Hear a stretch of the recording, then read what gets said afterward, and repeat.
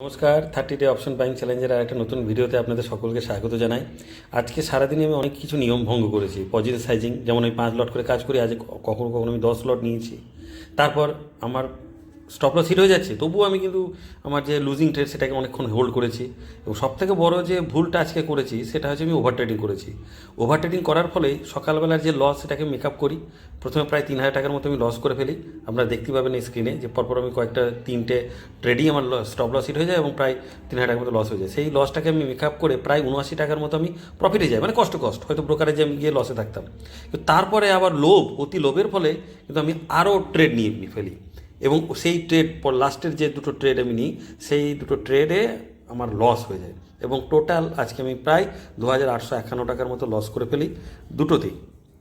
কলে আমি প্রায় 1,879 টাকার মতো, আর পুটে আমি 972 টাকার মতো আমি লস করে ফেলি।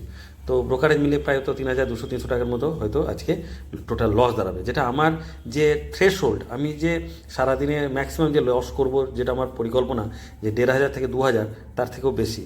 তো বলা যেতে পারে আজ ওভারঅল সারাদিনে আমি কোনো রকম নিয়মই আমি মেনে চলিনি।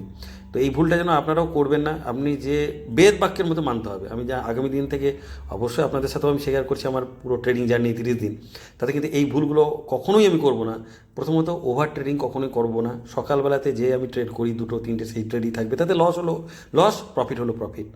সেকেন্ড, আমি পজিশন সাইজিংয়ে কোনো রকম আপোষ করব না। 5 লট নিয়ে আমি প্রত্যেকটা ট্রেড নিই সেই রকমই নেবো। কারণ কি, আপনি যখনই আপনার কোয়ান্টিটি হঠাৎ বাড়িয়ে দেবেন না, তো আপনি আর স্বাভাবিক থাকবেন না। যখনই আপনি আপনার M2M যখনই আপনি লাল আলো দেখতে পাবেন, ওই নেমে যাবে, আপনার যখন প্রফিট থেকে হঠাৎ করে লসে আসবে, আপনি তখন বেরোতে পারবেন না, কাটতে পারবেন না, অনেক বড় লস হবে। আর বড় লস হলে সেটাকে মেকআপ করা আরও বেশি কষ্টকর।